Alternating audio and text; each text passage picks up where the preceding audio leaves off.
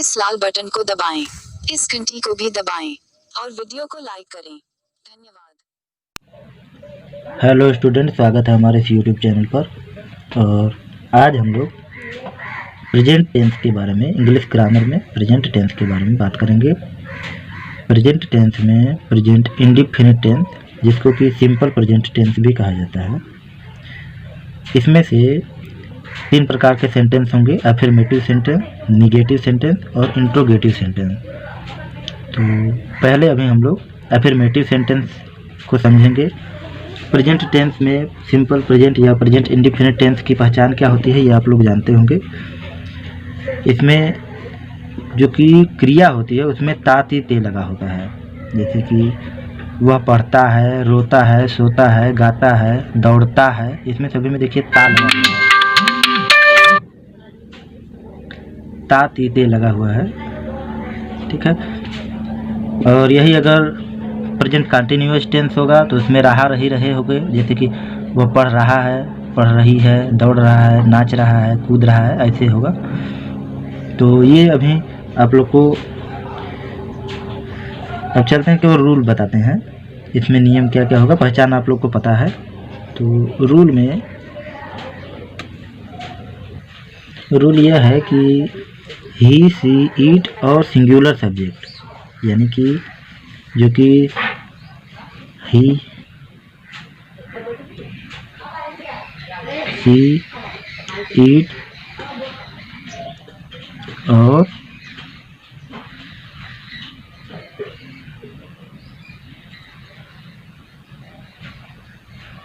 Singular subject जो होता है, इसके साथ वर्ब में जो कि क्रिया होगी उसमें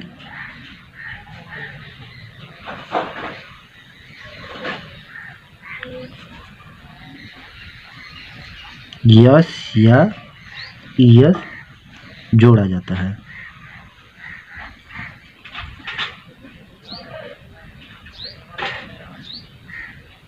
ठीक है।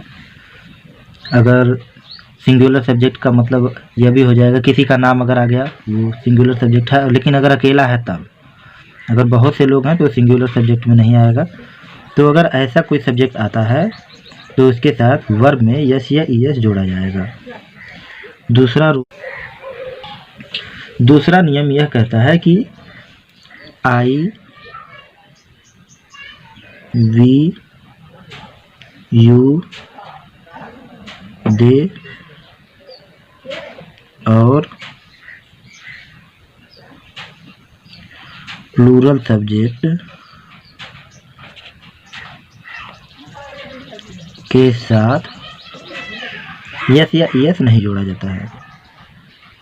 यस या ईएस नहीं जोड़ा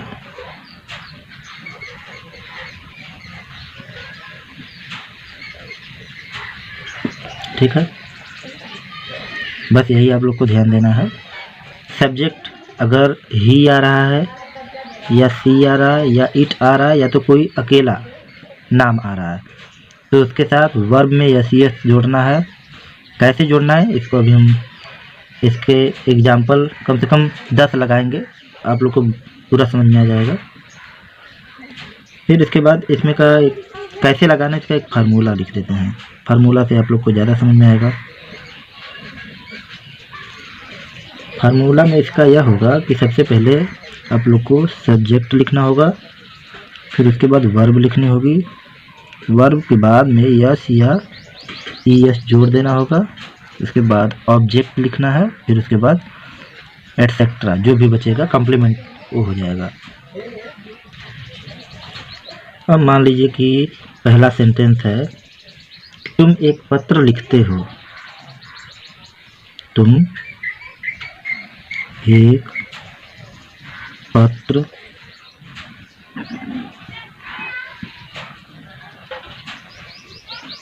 ये सेंटेंस है। इस वाक्य को हमें ट्रांसलेशन करना है। तो ट्रांसलेशन करने के लिए सबसे पहले समझिए कि इस वाक्य में क्या कह दिया है।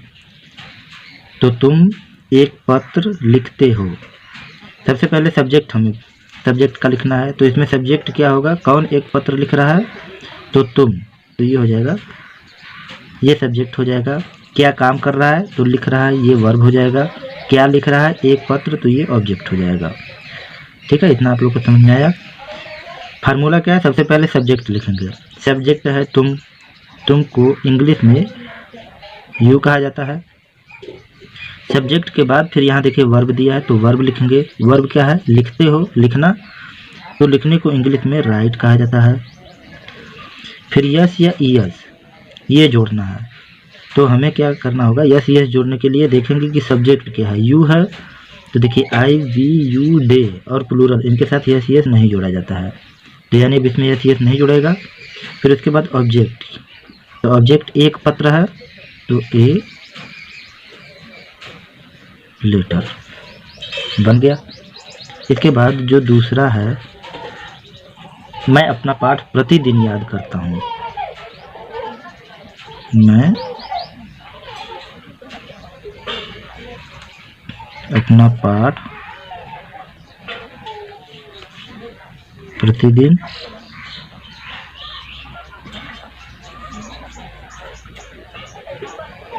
ठीक है। इसमें आप लोग को समझना है सब्जेक्ट क्या होता है, जिसके द्वारा काम किया जाता है, कर्ता, यानी कि इसमें सब्जेक्ट क्या है, कौन अपना पाठ प्रतिदिन याद करता है, तो इसमें मैं है, ये हो जाएगा सब्जेक्ट।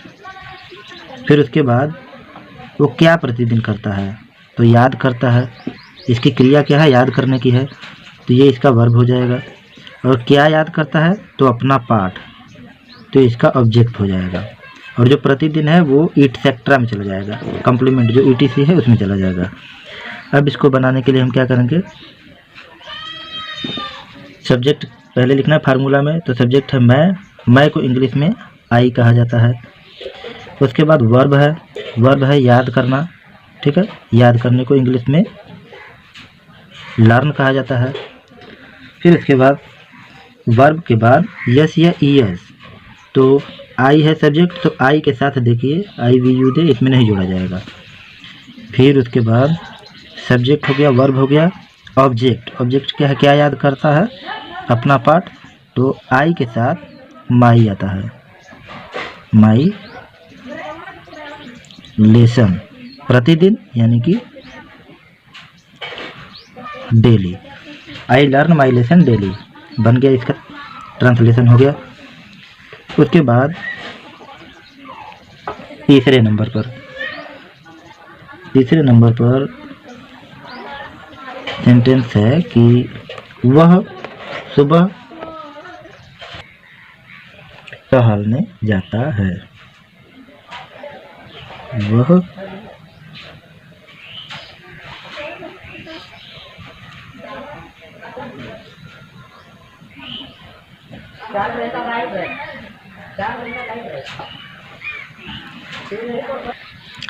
इसमें देखिए सबसे पहले सब्जेक्ट लिखना है, तो सब्जेक्ट कौन टहलने जाता है, वह जाता है यानी लड़का है, तो इसके लिए ही हो जाएगा। क्या करता है, जाता है, तो गो हो जाएगा। देखिए सबसे पहले सब्जेक्ट ही हो गया, वर्ब गो हो गया, यस या ईएस, तो ही सब्जेक्ट है, तो ही के साथ ही सी इट और सिंगुलर के साथ यस या ईएस जोड़ा जाएगा, तो यहाँ ईएस जोड़ देंगे तो गोज हो जाएगा। ठीक है, ही गोज कहाँ जाता है, टहलने, गोज टू वॉक। सुबह जाता है, ये कॉम्प्लीमेंट्री में आ जाएगा, एटसेट्रा में, तो हो जाएगा इन द मॉर्निंग। ठीक है, इस प्रकार से बनेगा। फिर इसमें जो चौथा वाला है, चौथा सेंटेंस में वह एक मधुर गीत गाती है।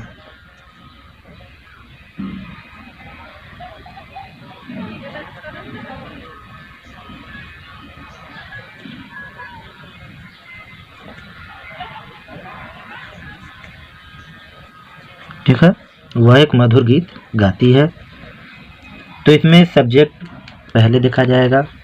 आप लोग को फार्मूला बस ध्यान देना है, फार्मूले के आधार पर सब इसमें का ट्रांसलेशन हो जाएगा। सबसे पहले सब्जेक्ट यानी कर्ता क्या है, कौन एक मधुर गीत गाती है, तो वह एक लड़की है, जो कि वह गीत गा रही है, वो लड़की है। लड़का होता तो यहाँ पे ही लगता, लेकिन लड़की है तो यहाँ पर सी रहेगा।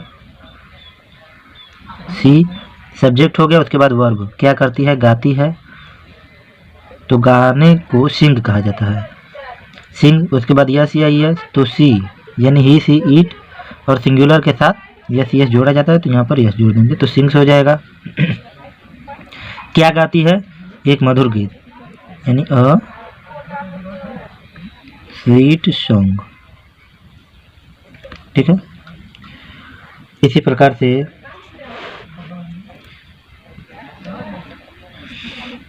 हम अपनी किताबें पढ़ते हैं।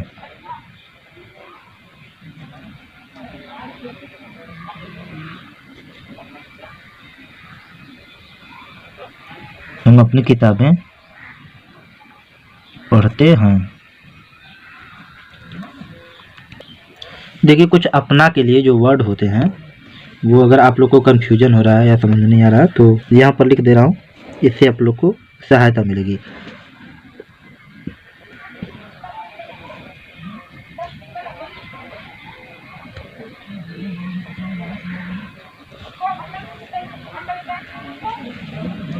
देखिए, जब ही आ जाएगा तो ही के साथ अपना के लिए हिज होता है, सी के साथ हर होता है, इट के साथ इट्स होता है, आई के साथ माई होगा, वी के साथ अवर होगा, यू के साथ योर होगा, दे के साथ देयर होगा। ठीक है, जैसे कि वह अपनी किताब पढ़ता है, तो अपना के लिए ही रीड हिज बुक, वह अपनी किताब पढ़ती है, सी रीड हर बुक। ऐसे ही करना है। इट के साथ इट्स, मैं अपनी किताब पढ़ता हूँ, तो आई रीड माई बुक। ठीक है, आई के साथ माई, वी के साथ अवर, यू के साथ योर, दे के साथ देयर, ये अपना के लिए आते हैं। तो यहाँ दिया है हम अपनी किताबें पढ़ते हैं। तो हम का पहले सब्जेक्ट का लिखेंगे तो वी हो जाएगा, सब्जेक्ट के बाद वर्ब यानी पढ़ते हैं, रीड। ठीक है, इसमें यस या यस की बात है, तो आई वी यू दे के साथ नहीं जुड़ेगा। वी रीड, क्या पढ़ते हैं, अपनी किताबें, तो वी के साथ अपना के लिए आवर आता है। ठीक है, इस प्रकार से बनेगा। फिर एक सेंटेंस को समझते हैं। मोहन अपने नौकर को गाली देता है। मोहन अपने नौकर को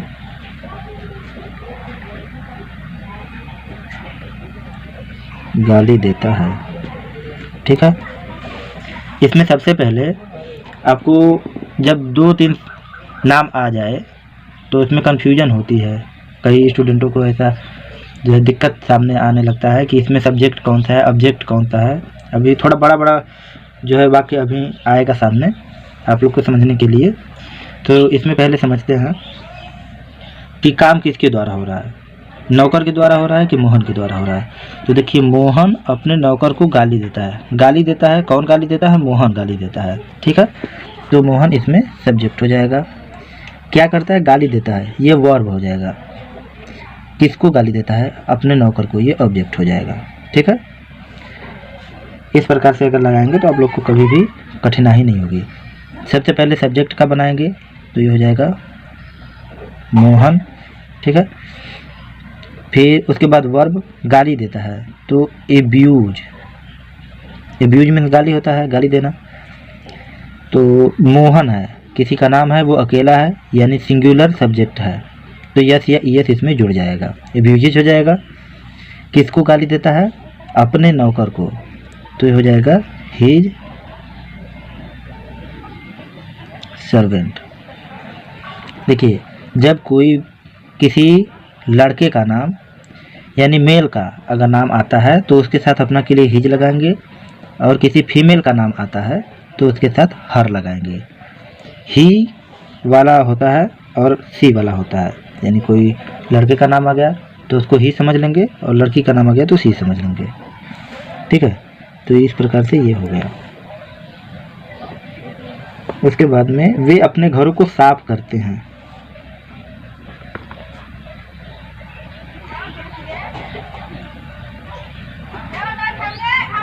वे अपने घरों को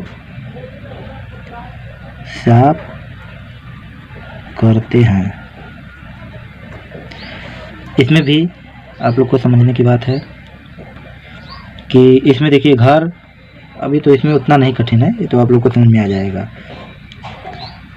वे अपने घरों को साफ करते हैं तो सब्जेक्ट हो जाएगा वे को इंग्लिश में कहेंगे दे। क्या करते हैं? साफ करते हैं। तो साफ करना क्लीन मीन्स होता है क्लीन। दे के साथ यस नहीं लगेगा।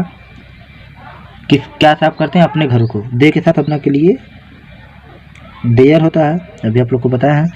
दे क्लीन देयर हाउसेस, ठीक है। वे अपने घरों को साफ करते हैं। हाउसेस कहेंगे चाहे होम कहेंगे चलेगा। फिर उसके बाद चूँकि 8वां नंबर पे मोहन अपने पिता को देखने दिल्ली जाता है। मोहन अपने पिता देखने दिल्ली जाता है। मोहन अपने पिता को देखने दिल्ली जाता है। तो इसमें देखिए 3 आ गया। इसमें कंफ्यूजन की बात है कि मोहन सब्जेक्ट है कि पिता सब्जेक्ट है कि दिल्ली सब्जेक्ट है। तो इसके लिए तो देखिए ऐसे वाक्य में क्या करना है, उसको सही से समझना है कि मोहन अपने पिता को देखने दिल्ली जाता है। काम किसके द्वारा किया जा रहा है? पिता के द्वारा कि मोहन के द्वारा? कौन जाता है? तो मोहन जाता है। तो मोहन इसमें सब्जेक्ट हो जाएगा। क्या करता है? जाता है, ये वर्ब हो जाएगा। और कहाँ जाता है? ठीक है। कौन करता है, क्या करता है, कहाँ करता है या किस लिए करता है, इन्हीं तीनों में पूरा अर्थ छुपा होता है। तो कहाँ जाता है? दिल्ली, तो ये ऑब्जेक्ट हो जाएगा। अपने पिता को देखने, ये जो इतनी बड़ी बच रही है ये आपका कम्प्लीमेंट में चला जाएगा, यानी ईटीसी में, इसको लास्ट में जोड़ा जाएगा। तो सबसे पहले क्या लिखेंगे? मोहन, सब्जेक्ट के बाद वर्ब गो। मोहन एक वचन है, इसमें ईएस जोड़ देंगे तो गोज हो जाएगा। गो टू दिल्ली, दिल्ली, ठीक है। मोहन दिल्ली जाता है, हो गया। क्या करने जाता है? अपने पिता को देखने, टू सी हिज फादर, ठीक है। Mohan goes to Delhi to see his father, इस प्रकार से बनेगा। और कंफ्यूजन की इसमें कोई बात नहीं है, जिसके द्वारा काम किया गया है वही सब्जेक्ट रहेगा। ना उसके पिता है ना दिल्ली है, मोहन के द्वारा काम किया गया तो मोहन इसका सब्जेक्ट है। 9वां आएगा। 9वां नंबर पर वह सदैव अध्यापकों तथा अपने बड़ों की आज्ञा का पालन करता है। वह सदैव अध्यापकों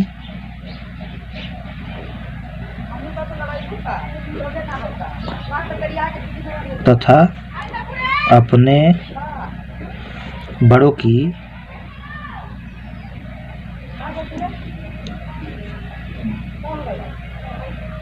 आज्ञा का पालन करता है। इसमें भी देखिए यही समझना है, सब्जेक्ट यानी कौन करता है तो वह, तो ये हो जाएगा सब्जेक्ट। क्या करता है? आज्ञा का पालन करता है, तो ये हो जाएगा वर्ब। किसकी आज्ञा का पालन? तो अध्यापकों तथा अपने बड़ों के, तो ये हो जाएगा